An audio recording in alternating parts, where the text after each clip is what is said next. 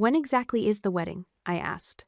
My sister burst out laughing, the sound sharp and bright against the heavy quiet of our mother's living room. The thick, fermented sweetness of expensive champagne hung in the air, mixing with the sugary vanilla scent of fondant from a white cake box sitting open on the mahogany coffee table.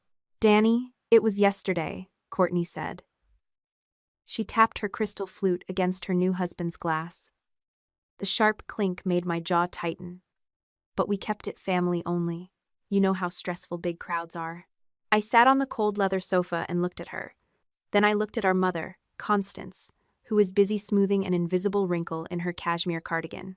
Connor, the groom, stared fixedly at the floorboards, refusing to meet my eyes. 39 years old, a decade spent as the chief operating officer of our family's event management firm, and I was finding out about my only sister's wedding from a leftover cake box. I managed million-dollar crises before most people had their morning coffee, yet I had completely missed the deception happening in my own family. "Family only," I repeated, letting the words settle in the room. Mom finally looked up, her expression a perfect mask of maternal patience. "It just made sense, Danielle. A small ceremony reduces the drama. After everything Courtney has been through, she needed peace." Nobody mentioned the honeymoon. Not one person brought up the luxury Caribbean resort package sitting entirely on my personal credit card. "We will definitely make it up to you with pictures from the trip," Courtney said. She leaned back against Connor, radiant and entirely satisfied with herself. She spoke about the trip with total ownership, treating my gift as if it were a basic obligation I owed her.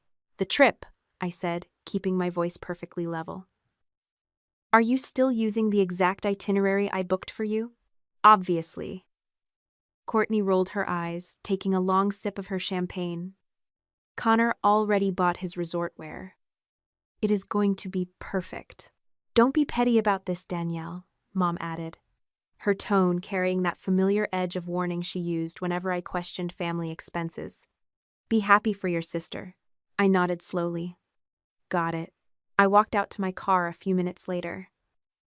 The late January wind in Columbus bit through my wool coat, bringing the sharp smell of impending snow, but I did not turn the heater on when I got behind the wheel. The leather steering wheel felt freezing against my palms. I just sat in the quiet, pulled out my phone, and opened my personal email. The reservation for the Caribbean resort was under my name. The charges were completely tied to my platinum card. I scrolled down to the cancellation terms, reading the fine print carefully. As long as I canceled 24 hours before check-in, I would only lose a small administrative fee. Courtney and Connor were scheduled to fly out the next morning. I tapped the cancel button. A confirmation screen popped up immediately, showing the massive refund processing back to my account.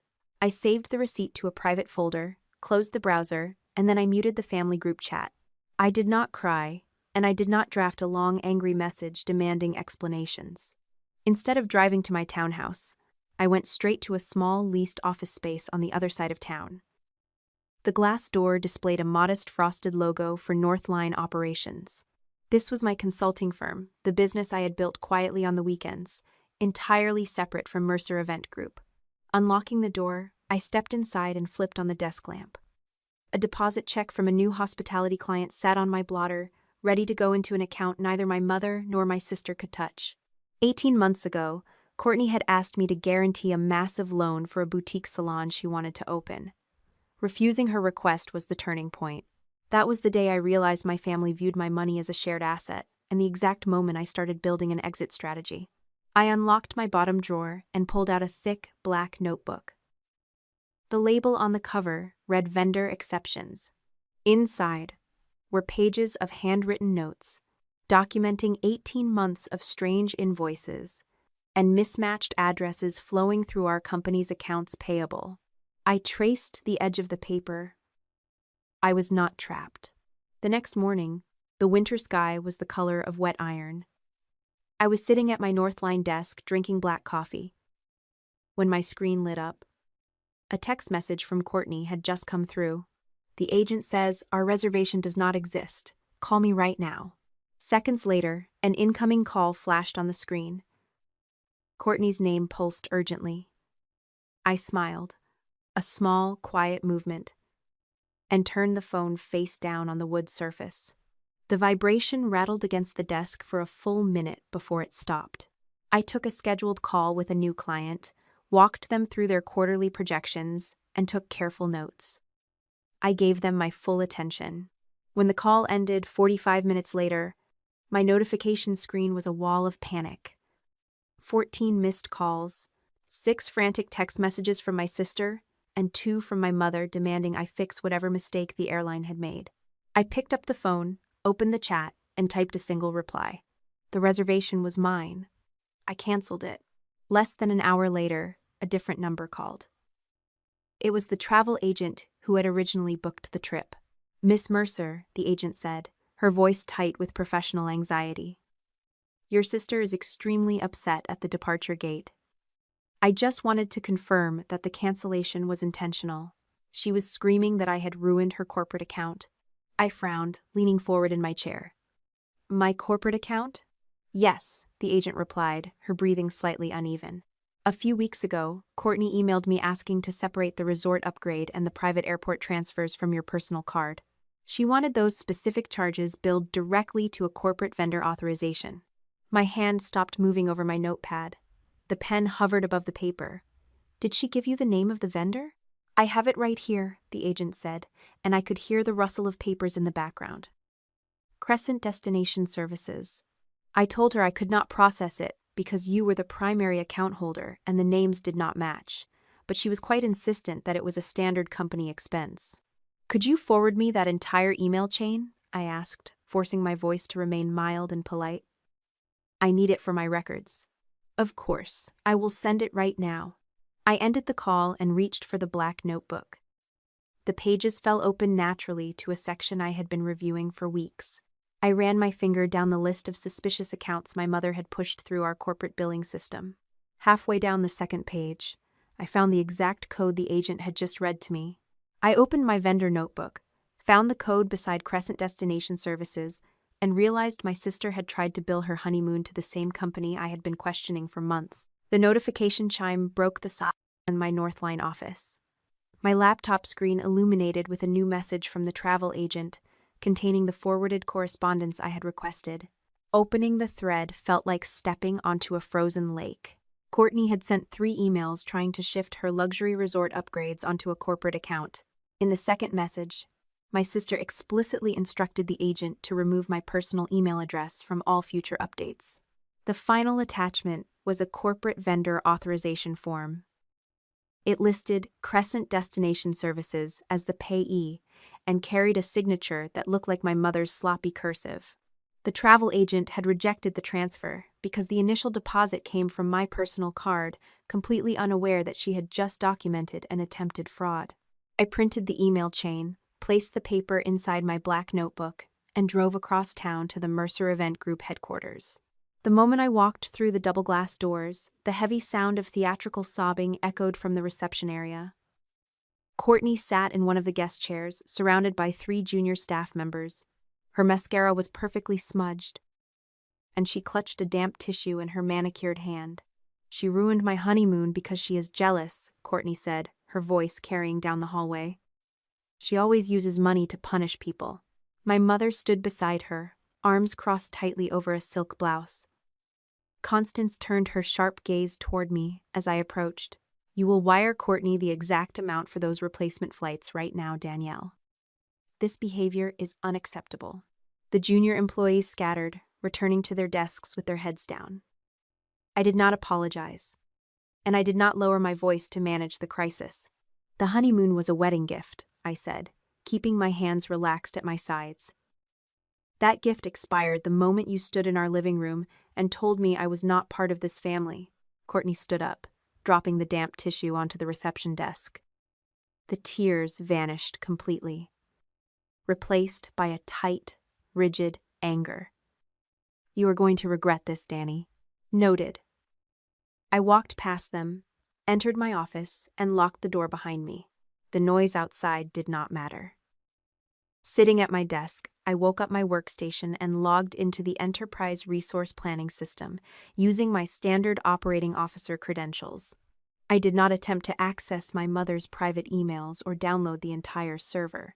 I simply opened the vendor master file and the accounts payable summary, areas I reviewed every week as part of my job. Typing Crescent Destination Services into the search bar pulled up a sparse profile. A single invoice sat in the cleared payment history. The amount was $18,740, categorized under Destination Logistics.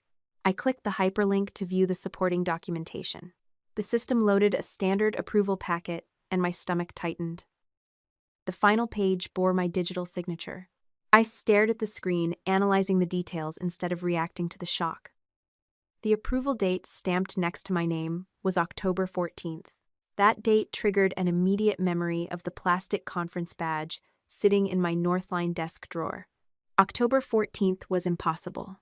Opening a new tab, I pulled up my personal calendar, my flight confirmations, and a hotel receipt from Denver. I had been out of state attending an operations summit that entire week. Navigating to the system security logs, I checked my account activity for that specific Tuesday. The record showed 0 logins from my credentials. My account had been completely inactive, while someone approved a massive payment using my name.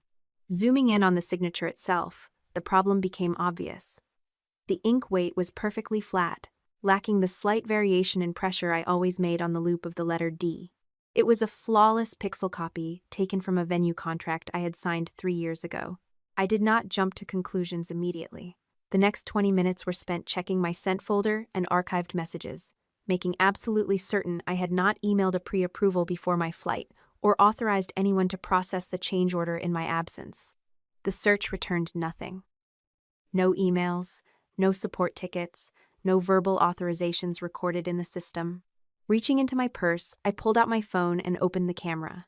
I took clear photographs of the monitor, ensuring the document numbers, the file paths, and the system timestamps in the corner of the screen were visible. Writing down the exact time of my access in my notebook protected the chain of custody.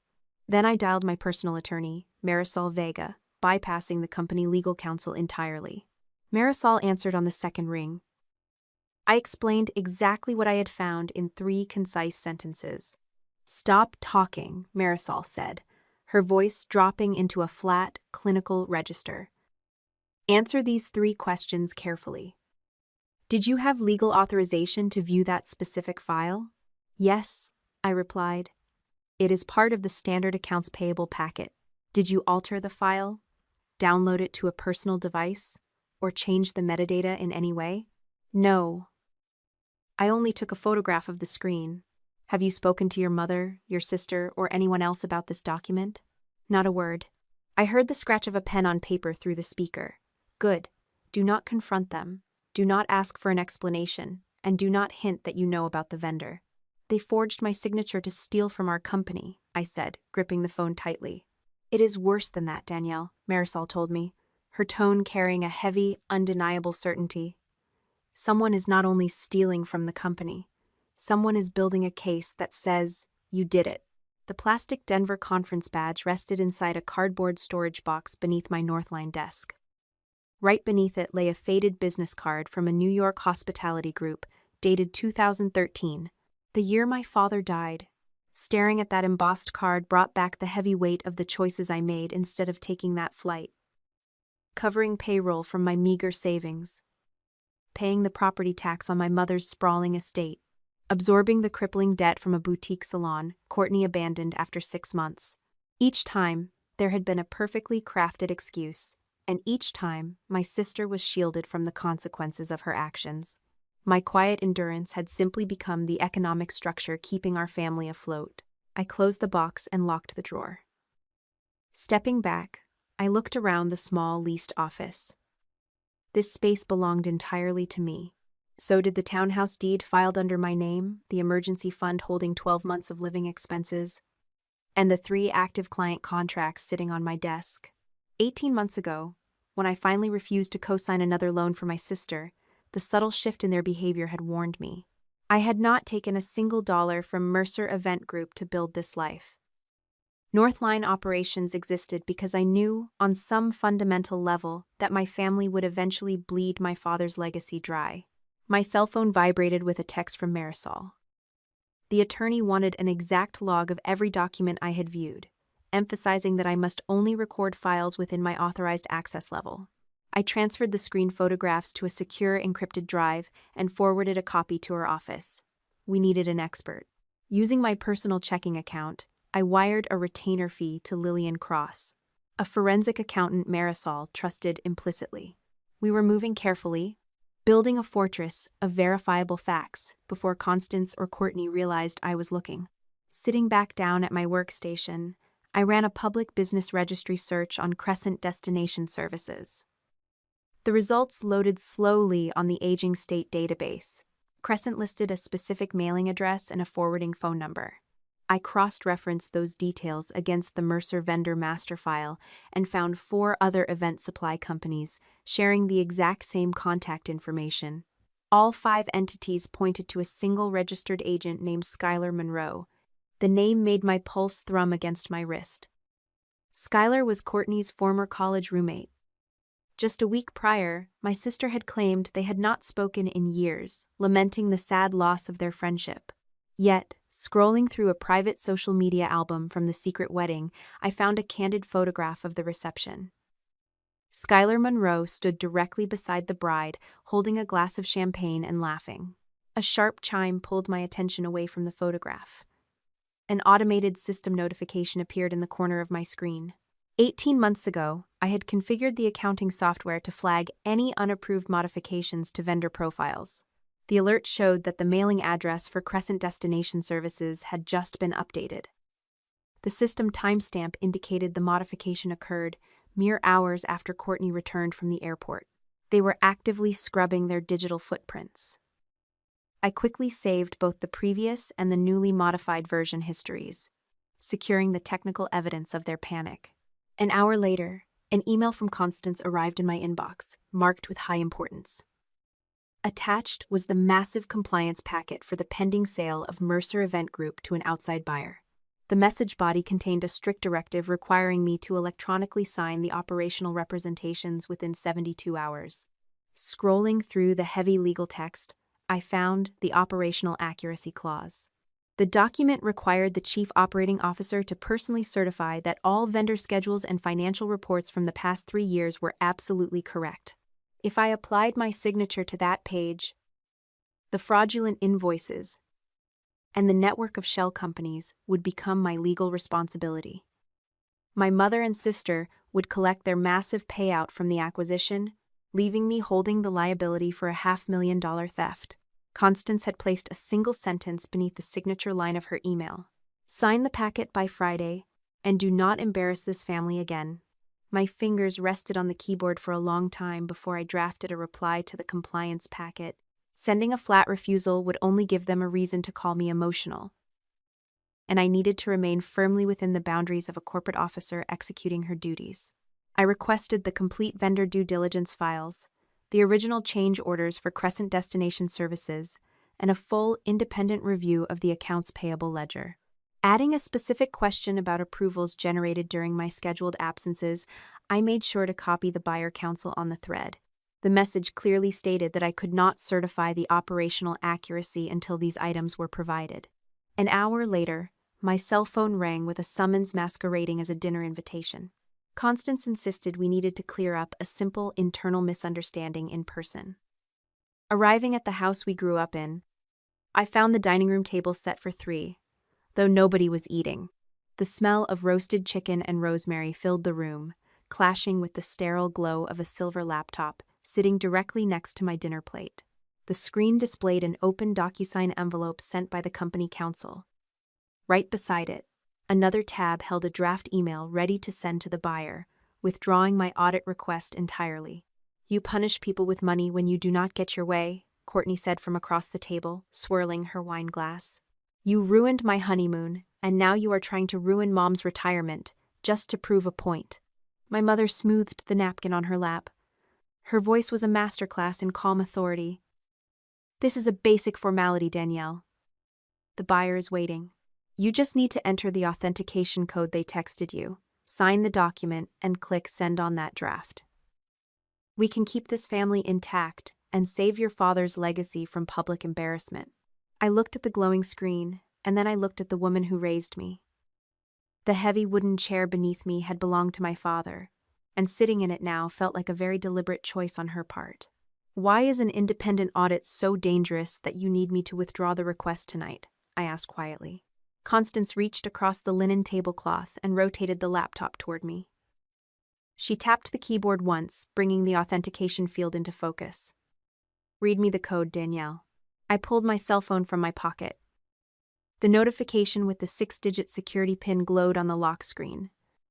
Pressing the side button, I turned the display black and placed the device face down on the table. Reaching forward, I closed the laptop.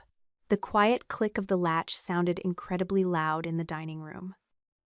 I did not delete the draft or reject the signature envelope, ensuring I could not be accused of destroying company property. "I will sign the certification after the independent audit is complete," I said, standing up from the table.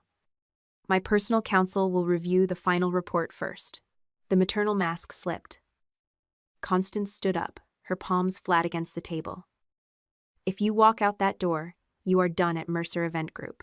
My equity and my liability do not disappear because of a dinner," I told her, walking toward the hallway.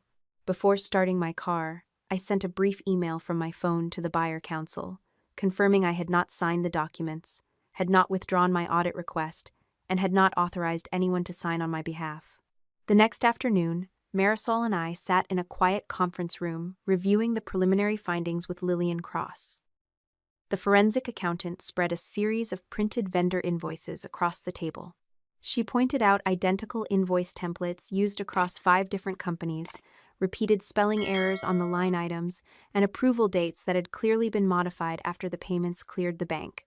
Lillian adjusted her glasses and explained that we were looking at a distinct pattern of behavior. It was not a legal conclusion yet, but it was enough to justify a deep forensic dive. I accepted the slow pace, knowing the evidence had to withstand intense scrutiny. Courtney tried to accelerate the conflict that same evening. She left a 3-minute voicemail on my personal line, her voice thick with exaggerated crying as she called me a bitter, jealous woman who hated seeing her happily married. I did not return the call. Instead, I sent a single text stating that all company inquiries needed to go through official corporate email. She replied immediately, threatening to tell the entire staff who I really was. I took a screenshot and saved the threat to my secure drive. The real retaliation arrived the following morning. Sitting down at my Northline desk with a fresh cup of coffee, I attempted to log into the Mercer Enterprise Resource Planning System. Access denied. My corporate email account returned the exact same error. I did not try my old passwords, nor did I call the IT department to bypass the block. Marisol had explicitly instructed me to let the lockout happen and document the exact time my credentials were revoked. A few minutes later, a former colleague forwarded me a company-wide memo. The email announced that the chief operating officer was taking a temporary leave of absence while the executive board reviewed financial irregularities within the operations department. My phone vibrated against the wood surface. The caller ID showed Malcolm, the lead representative for the buyer group. I answered on the first ring. Malcolm sounded deeply confused. He asked why I had sent an email denying my signature the previous night, only to submit a fully executed certification form this morning. The document had been transmitted from the Mercer server just moments after my system access was revoked. Closing my eyes, I pictured the lifeless, flawless pixel copy of my signature from the Denver invoice. They had not just fired me. The buyer was holding a certification I had never signed, sent from a system I could no longer enter, under a title my mother had just taken away from me.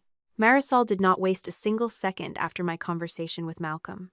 Working from her immaculate glass office, the attorney drafted a formal preservation notice and sent it directly to the buyer, the corporate lender, and the Mercer Event Group counsel. The document stated in clear, unambiguous terms that the certification transmitted that morning did not bear my authorized signature. We demanded the immediate preservation of the original file, all email routing headers, and the complete server access logs. We did not accuse my mother or sister directly, choosing instead to let the legal request stand on its own weight. The buyer officially paused the closing, though they did not walk away completely. Silence from the company only lasted a few hours before the narrative began to shift. Courtney wasted no time moving through the office, telling anyone who would listen that her sister had been caught moving money without board approval. Staff members who used to bring me their morning coffee suddenly stopped answering my texts. Constance handled the extended family, calling my aunts and uncles to explain how my petty wedding jealousy was now actively destroying our father's legacy. The real cost hit me the following Tuesday. A prospective Northline operations client called to cancel their signed deposit check. The business owner mentioned vague industry rumors about financial irregularities tied to my name, his voice tight with awkward apologies. My jaw ached as I ended the call and stared at the quiet walls of my private office. Earning that contract had taken weeks of careful negotiation, and a few lies from my family had burned it to the ground. Despite the stinging loss, I kept my hands off my social media accounts and refused to post a public defense. Patience paid off when Lillian secured temporary viewing rights to the disputed certification file through the buyer council. We gathered around the forensic accountant's laptop, watching her pull up the raw properties of the document. The digital footprint told a fascinating story. According to the hidden author layer, the file had been created on a desktop computer permanently assigned to Constance's private suite. However, the transmission log showed the document being uploaded to the buyer portal using a security token registered to Erin Shaw. Erin was Courtney's young administrative assistant.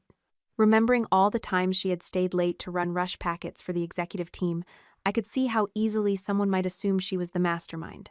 The temptation to let the blame fall on a careless employee hovered in the room. Resolving a major security breach quickly would certainly appease the buyer. I refused to let my sister turn a 29-year-old assistant into her newest scapegoat. Marisol contacted Erin through proper legal channels, inviting her to speak without making any immediate threats. The assistant sat in our conference room 2 days later, her hands trembling so badly she could barely hold her paper coffee cup. She confessed that Courtney had borrowed her physical security token while Erin was out for a medical appointment. The creative director had claimed an urgent board packet needed to go out immediately. Reaching into her purse, Erin pushed her phone across the table. The screen displayed a saved email where Courtney explicitly asked for the token and promised to return it in 10 minutes. Right below that message sat a screenshot of a text sent hours later instructing the assistant to delete the token request due to a new security policy. Erin had kept the screenshot simply because the aggressive demand made her uneasy. She had been careless, but she had not built the fraudulent file. That exact email chain went straight to Malcolm.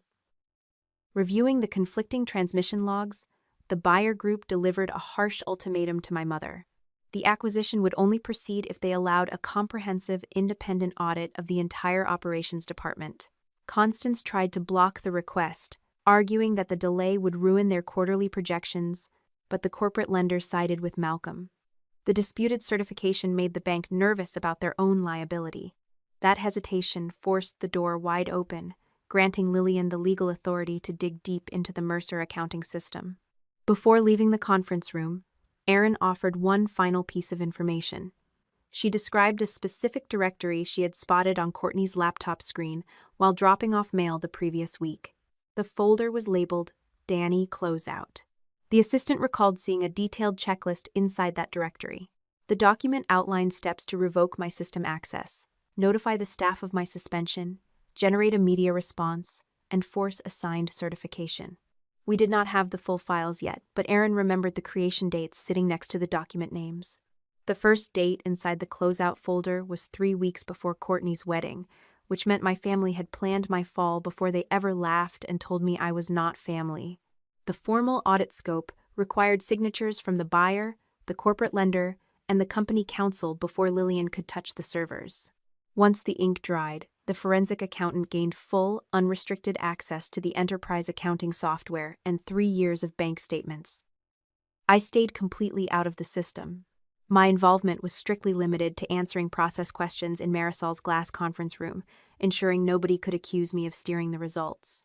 By the end of the first week, Lillian had isolated 43 suspicious invoices.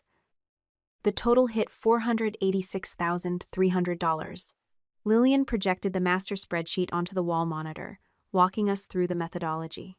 The fraudulent charges were buried under vague categories like destination logistics, emergency rentals, and marketing support. Each invoice sat just under the financial threshold that would trigger an automatic board review. Looking at the dates, a sickening pattern emerged. The payments always cleared immediately, following our largest client deposits, perfectly masking the cash flow drain. I remembered scrambling to cover payroll during those exact weeks, losing sleep over vanishing margins while my family quietly siphoned the profits. The financial pressure inside Mercer Event Group escalated as the audit dragged on, pushing the remaining staff to a breaking point. Brenda, our veteran controller, asked for a private meeting on a rainy Tuesday afternoon. The older woman arrived at the law office clutching a thick manila envelope against her chest, her knuckles completely white. "Your mother threatened my severance," Brenda said, refusing the glass of water Marisol offered. "Constance told me you had personally authorized the vendor exceptions, and if I pushed back, she would fire me for insubordination."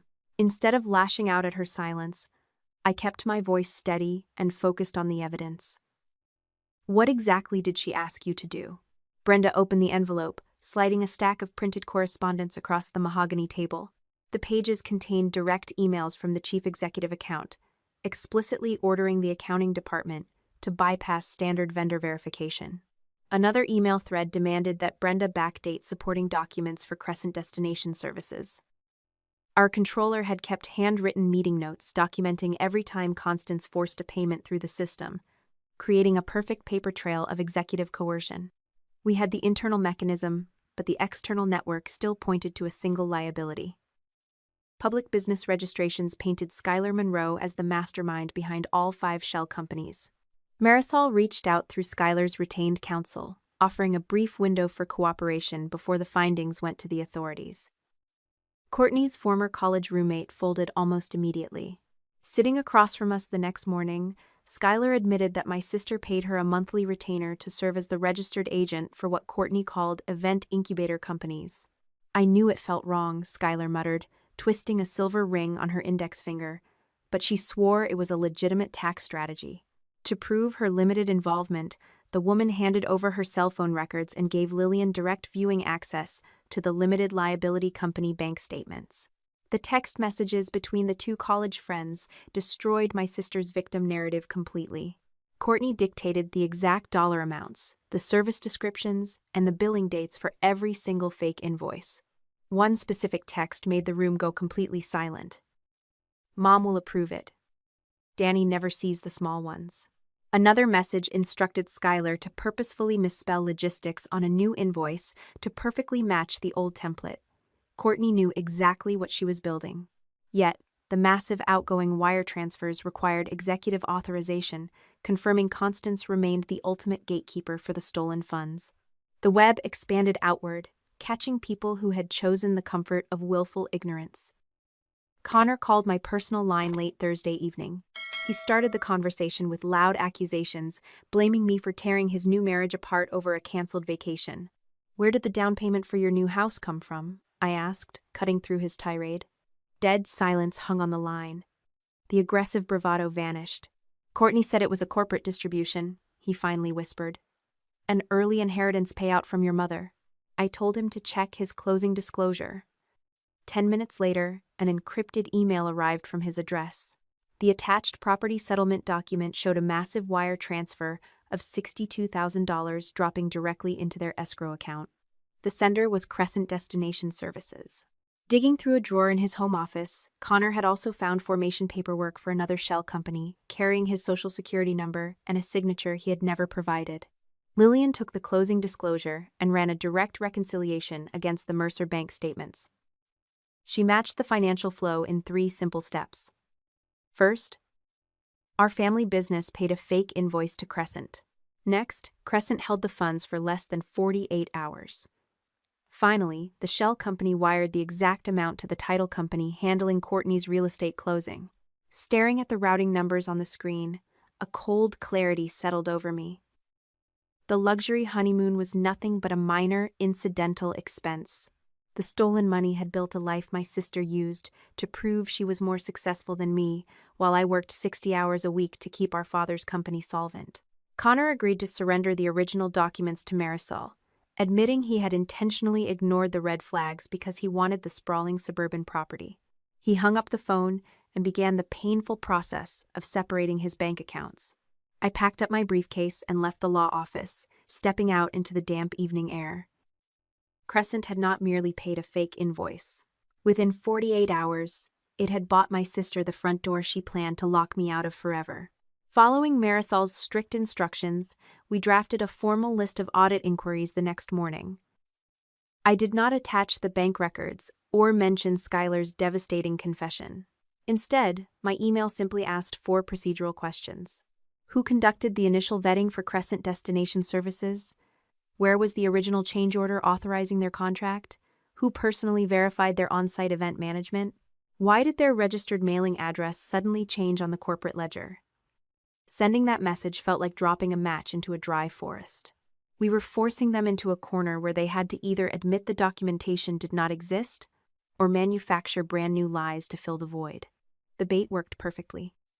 24 hours later, an automated compliance notice bypassed my suspended account and landed securely in an archived administrative inbox I had configured 18 months earlier. My old vendor modification alert had caught a live change. Someone had just updated the Crescent profile and uploaded a fresh due diligence packet. Pulling the system logs alongside Lillian, we checked the document properties. The version history showed the supposedly original compliance file had been created exactly 3 hours after my inquiry was sent. My sister was actively fabricating evidence while the audit was underway. Panic makes people incredibly sloppy, and Courtney was drowning in it. Skylar's attorney forwarded a frantic voicemail to Marisol later that afternoon. Listening to the audio file in the quiet law office, I heard my sister's voice shaking with genuine terror. Courtney begged her former roommate to delete every text message between them, promising a massive cash payout if Skylar would sign a sworn declaration claiming the incubator companies were her own brilliant idea. That desperate recording transformed a simple case of corporate embezzlement into active witness tampering. The mounting pressure finally cracked my mother's polished exterior. Constance summoned me to the company counsel's downtown office on a rainy Thursday morning. The heavy oak boardroom smelled of stale coffee and expensive leather. Sitting across the massive table, the chief executive officer did not offer tears or apologies. She offered a transaction. "We can reinstate your title by tomorrow," Constance said, her hands folded neatly over a legal pad. "The buyer is willing to proceed if we smooth this over quickly. You will receive a 10% bump in your post-sale equity distribution, and the company will clear the outstanding debt on your little consulting firm. We will even issue a public statement calling the lockout a regrettable administrative misunderstanding." I looked at the woman who had spent decades teaching me the value of unyielding family loyalty. "And in exchange? You sign the certification schedule," she replied, her voice dropping to a low, reasonable hum. "And you terminate this ridiculous independent audit immediately." Leaning back in my chair, I studied her face. Not a single trace of guilt existed in her expression. No. Walking out of the building, the spring rain washed the tension from my shoulders. I pulled my phone from my pocket and drafted a polite follow-up email, documenting her exact verbal offer and formally declining the terms. Constance replied within 10 minutes. Her message was completely unhinged, accusing me of trying to put Courtney in federal prison over a few minor accounting shortcuts. Another perfect piece of written evidence secured. Despite the massive legal case building against them, a stubborn, quiet part of me needed to offer one final chance for honesty. I drove to my childhood home that evening. The sprawling suburban estate felt cold, echoing with the ghosts of family dinners that meant absolutely nothing. Courtney sat on the velvet living room sofa, drinking wine and sneering at my arrival. "Northline operations will never give you the kind of status this family built," my sister mocked, raising her glass toward the ceiling. "You are throwing away your only real asset. Do you want to voluntarily amend the financial reports and return the funds?" I asked, directing the question to my mother. "This is the last window to do it before the buyer takes the findings to the authorities." Constance stood up, her posture rigid with absolute fury. "If you do not stop this witch hunt tonight, Danielle, I will remove you from the will completely. You will not see a single dime of this estate, and you will no longer be my daughter." A strange, profound lightness bloomed in my chest. For decades, the threat of losing their approval had kept me tethered to their endless crises, paying their debts to keep the peace. I do not need an inheritance to survive, I said, keeping my voice perfectly even. I stopped needing you a long time ago. Returning to the audit the following morning, Lillian finally cracked the sophisticated barrier protecting my mother. While Courtney had clumsily routed stolen cash straight to her real estate escrow, Constance had designed a much thicker wall. Reviewing Skylar's detailed banking records, the forensic accountant discovered that Crescent never directly paid the overdue mortgage or property taxes on the family estate. Instead, the shell company wired thousands of dollars in strategic referral fees to a dormant entity called Mercer Legacy Advisory. Constance had established that consulting firm years ago. Digging into the corporate archives, we found 0 active contracts, no timesheets, and absolutely no deliverables to justify those massive referral payments. The laundering cycle was brilliantly simple. Once the dirty money landed in the advisory account, the chief executive officer authorized pristine owner distributions directly to her personal checking. From there, she paid her luxury housing expenses with completely washed funds. Brenda, our terrified controller, provided the final lock on the timeline. She confirmed that Constance explicitly timed the Crescent payments to execute immediately after our largest corporate clients cleared their deposits. My sister had stolen out of raw greed, but my mother had managed the theft with absolute, chilling precision. The ultimate proof of her architectural role arrived late Friday afternoon. Malcolm, representing the buyer group, had authorized a deep sweep of the executive communication servers. His legal team recovered a deleted email chain originally attached to a restricted board packet. Marisol projected the restored text onto the conference room monitor, and the temperature in the room seemed to drop 10 degrees. The message was dated 3 weeks before the secret wedding. Constance had written to her younger daughter, confirming the timeline for the acquisition. Danny has to certify the vendor schedule. Operations belongs to her. Courtney had replied 2 minutes later, her text stripped of any sisterly warmth. What happens if she actually reads the files and refuses to sign? The final response: once she signs, the buyer's problem is operations. Staring at the glowing monitor, the last fragile thread tying me to my childhood finally snapped. The temporary suspension, the whispered rumors, the dinner with the fake authentication code were not panicked reactions to my canceled honeymoon. It was a carefully calculated trap. My sister had stolen the money. My mother had designed the grave they meant to bury me in. The conference room at the downtown law firm felt like a refrigerated vault compared to the heavy June humidity baking the Columbus streets outside. 10 leather chairs surrounded a massive mahogany table. Marisol sat to my right, calmly arranging her pristine legal folders. Lillian Cross took the seat directly across from the corporate lender representative and the buyer counsel. Brenda sat near the door, her hands trembling in her lap, while Connor occupied a corner chair, looking pale and exhausted. My mother and sister arrived 5 minutes late. Constance swept into the room wearing an immaculate tailored suit, carrying the absolute confidence of a chief executive officer who still believed she controlled the narrative. Courtney trailed behind her, wearing minimal makeup and clutching a designer tissue. Neither of them brought a lawyer. They genuinely thought this was a family intervention they could manipulate with guilt and tears. Taking her seat at the head of the table, Constance did not wait for company counsel to open the proceedings. She folded her hands and aimed a look of deep maternal sorrow toward the buyer group.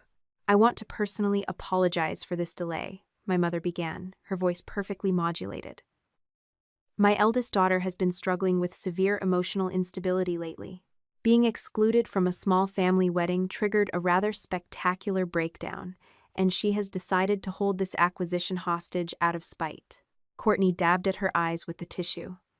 "Danny canceled my honeymoon while I was standing at the departure gate. She left me crying in the airport just to punish me." The men in the expensive suits shifted uncomfortably. Constance smiled, a tight gesture of victory, expecting me to raise my voice and prove her point. Instead, I opened my leather portfolio and slid a single sheet of paper across the polished wood. "I did cancel the resort package," I said, keeping my tone as flat as a weather report. "The booking was exclusively in my name, and the charges sat entirely on my personal credit card. That is exactly why the travel agent rejected your request the day before the wedding."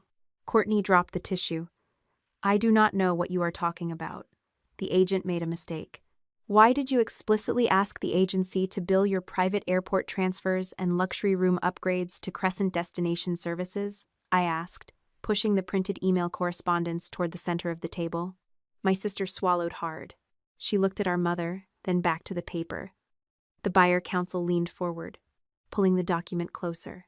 The email contained Courtney's official corporate signature block and a scanned copy of her driver's license, completely eliminating the possibility of a clerical error.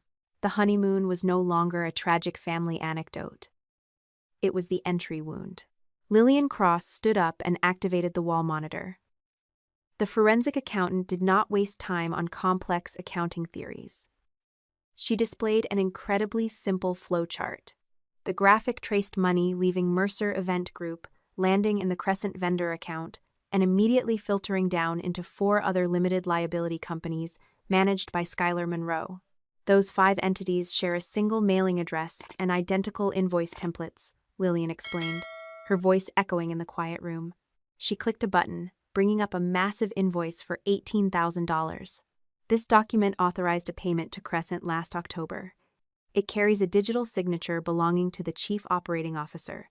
I reached into my bag and pulled out the plastic conference badge, setting it gently on the table alongside my hotel receipt and airline boarding pass.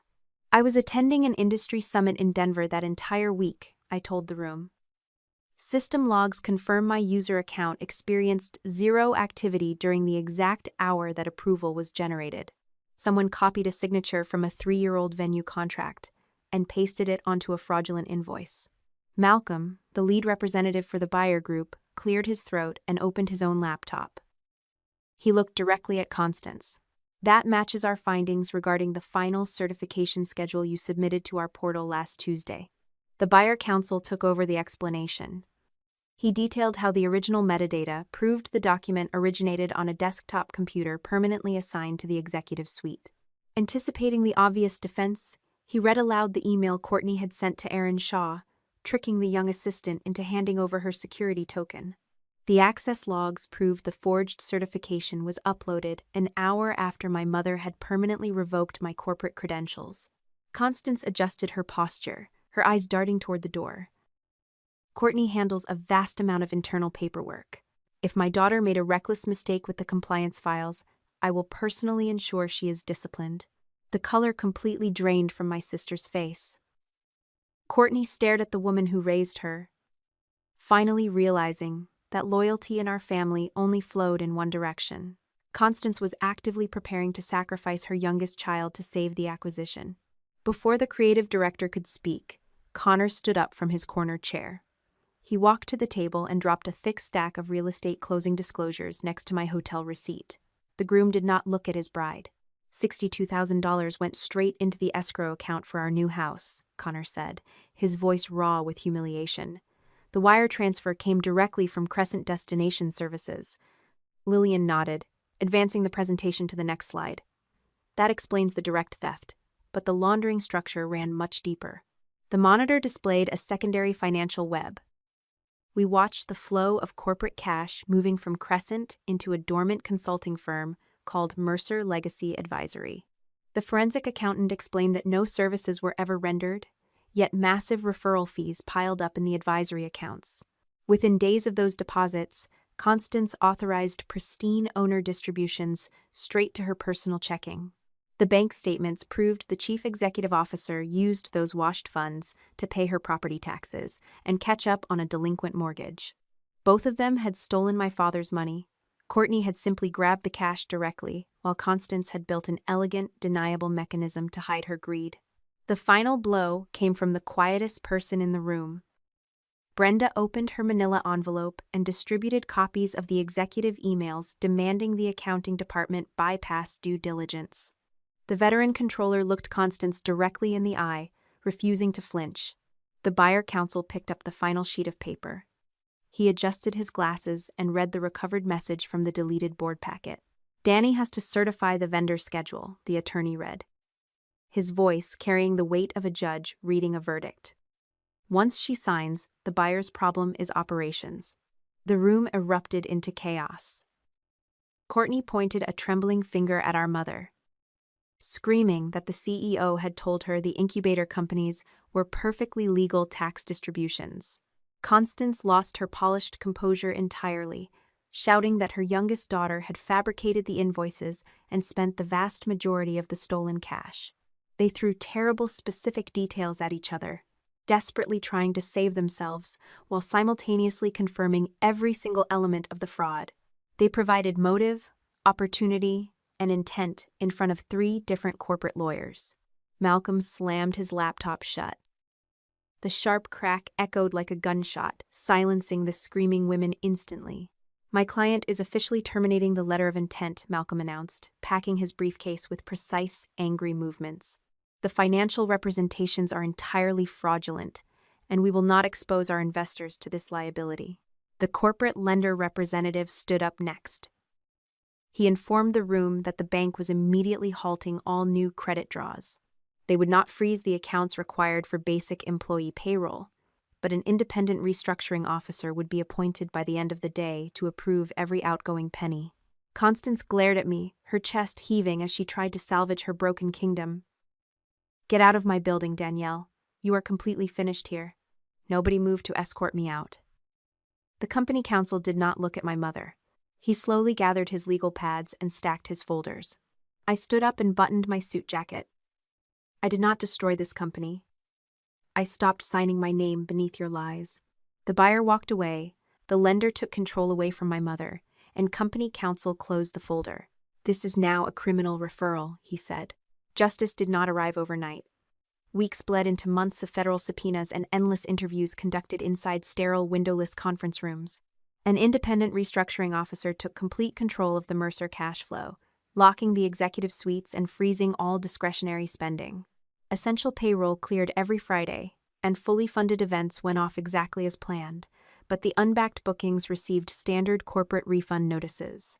Constance practically begged the board to reinstate my operations title, hoping my presence would steady the sinking ship. I refused to step foot in that building, knowing that returning meant stepping right back into the savior role they had exploited for years. Instead, I spent my evenings sitting at my Northline desk, helping Brenda and the junior staff polish their resumes. The young event coordinators cried over lost benefits, while the older warehouse managers worried about their pensions. We reached out to trusted vendor networks, quietly securing new positions for the people who had actually kept the family business running. I strictly avoided taking a single corporate client list. Marisol monitored every move I made, ensuring my consulting firm stayed entirely above board and free from any unauthorized solicitation claims. Naturally, as Mercer contracts expired, several prominent clients sought out Northline through organic referrals. They wanted the operational stability they were accustomed to, and we signed them legally, building a foundation without stealing from a dying company. The federal investigation unspooled rapidly because the supporting players chose self-preservation over loyalty. Erin handed over her security token emails during her first interview, definitively clearing her name from any mastermind accusations. Skylar took one look at the wire fraud statutes and broke down completely. Accepting responsibility for the nominee limited liability companies, the former college roommate signed a formal cooperation agreement with federal prosecutors. Connor proved equally pragmatic. The groom delivered a mountain of financial disclosures to the authorities, separated his bank accounts, and officially filed for divorce. Sitting in a deposition room with his posture slumped, the man finally admitted he had swallowed my sister's convenient lies because he desperately wanted the sprawling suburban property and the status it provided.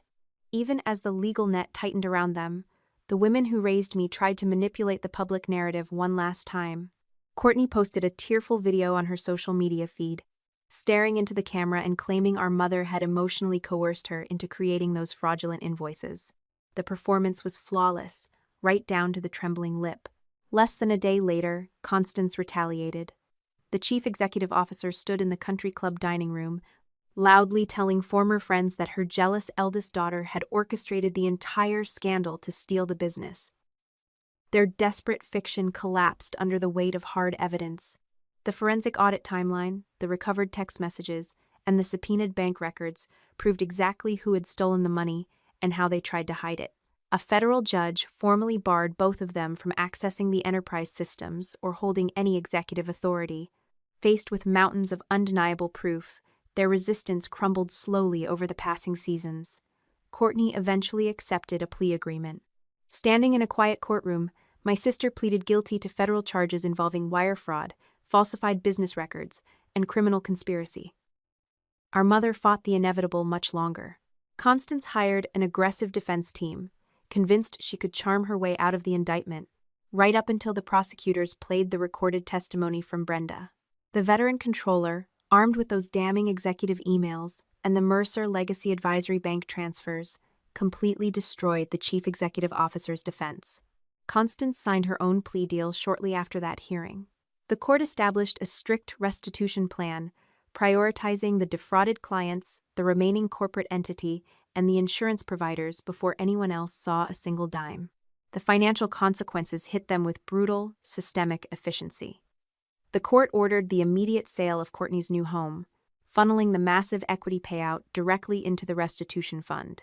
Connor finalized his divorce, walking away from the short marriage with a fraction of his dignity and none of the assets he had married into. My mother faced a similar reckoning. Her sprawling suburban estate went onto the open market to satisfy the overdue mortgage, the delinquent property taxes, and her mandatory contribution to the victim pool.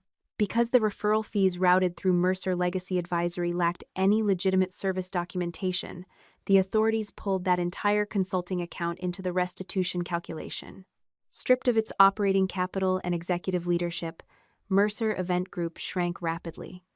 The restructuring officer auctioned off the remaining viable assets, packed the headquarters into cardboard boxes, and began a controlled dissolution.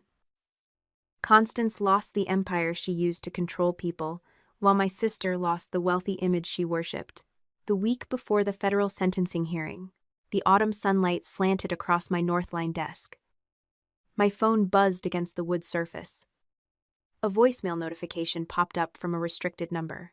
Pressing play, I listened to the sound of Courtney sobbing on the other end of the line. The creative director begged me to submit a statement, claiming Constance had forced her to create the shell companies, swearing it was the only way to keep her out of a federal facility. Less than 10 minutes later, a second call rang through. My mother did not bother with tears. "I am still your mother," Constance said, her voice completely devoid of warmth. "You need to fix this." They had lost their houses, their company, and their reputations. Yet neither woman offered a single apology to the employees they endangered, or the clients they defrauded. They were simply looking for a familiar shield.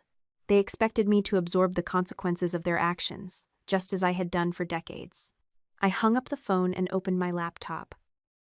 The victim impact statement was blank in front of me, and for the first time, saving my family would mean lying about what they had done.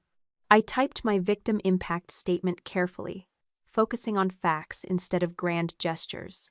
The document detailed the financial losses suffered by our clients, the devastating career impact on the staff members who lost their livelihoods, and the systematic theft of my professional identity. I described the immense pressure used to force my certification signature and the calculated betrayal of trust within our family leadership. I did not request a specific prison sentence, and I refused to say I wanted them to suffer. I simply stated the truth of the destruction they had caused. The final lines summarized the reality I had finally accepted. The truth only had room to exist once I stopped paying the cost to keep their secrets. The sentencing hearing for Courtney took place on a crisp November morning. The federal judge handed down a sentence of 30 months in prison, followed by a court-ordered restitution plan and a strict prohibition against holding any fiduciary role involving client money. The court officially noted the premeditated nature of the invoice creation, the deliberate use of shell companies, and the long-term attempt to conceal the fraud. Courtney spent the entire proceeding looking toward the gallery, clearly waiting for me to step forward and offer a last-minute plea for leniency. I kept my eyes fixed on the notepad in front of me, letting the silence stand. Constance appeared for her sentencing the following week. The former chief executive officer received 18 months in federal custody, a mandate for restitution, and a permanent ban from managing any corporate entity in the future. The judge dismantled her defense entirely, noting that as the architect of the frame-up, her attempts to blame her own daughter were particularly egregious. Constance stood at the podium and told the court she only ever wanted to protect her family. I realized in that moment that she had always used the word family to describe the people and assets she wanted to possess, nothing more. 3 days before she was scheduled to report to a minimum security facility, Courtney called me one final time. "You could have stopped this before it went so far," my sister said, her voice sounding small and brittle. "I did," I answered, steadying my breath. "I stopped paying for it." I ended the call.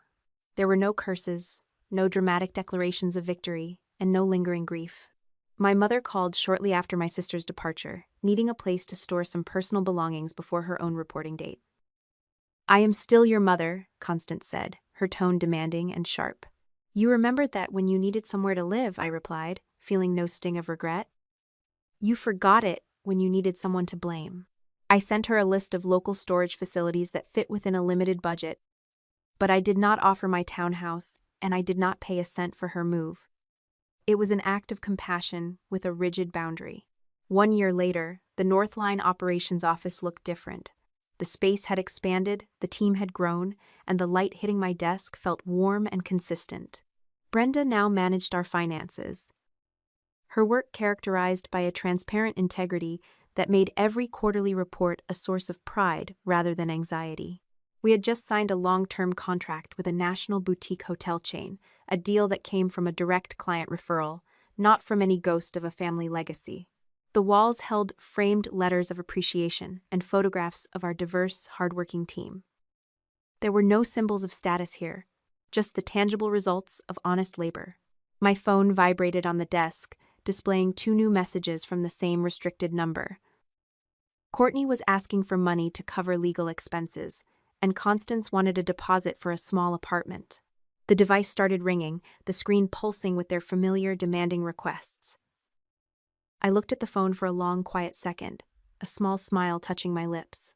I turned the device face down on the wood surface and walked into the morning meeting of the life I had built before they ever realized I could leave. If you recognize yourself in this story, understand that the most dangerous lie you can tell yourself is that your silence is protecting the people who treat you like a resource rather than a human being. When you continuously absorb the consequences of someone else's choices, you are not acting as a loving family member or a loyal partner. You are essentially paying a tax to keep them in your life, and that tax will always rise until you have nothing left to give. You deserve to invest your energy, your talent, and your hard-earned security into a life that you own entirely, rather than spending your years subsidizing the instability of others. Boundaries are not acts of cruelty or spite, but the fundamental architecture of a healthy existence, and building them requires you to stop trying to salvage a house that was designed to collapse on top of you. It is entirely possible to move forward with compassion, while firmly refusing to be the safety net for people who refuse to stand on their own. Ask yourself this: if you finally stopped paying the cost for their mistakes today, what kind of life could you begin to build for yourself tomorrow? And what is truly stopping you from starting that renovation right now?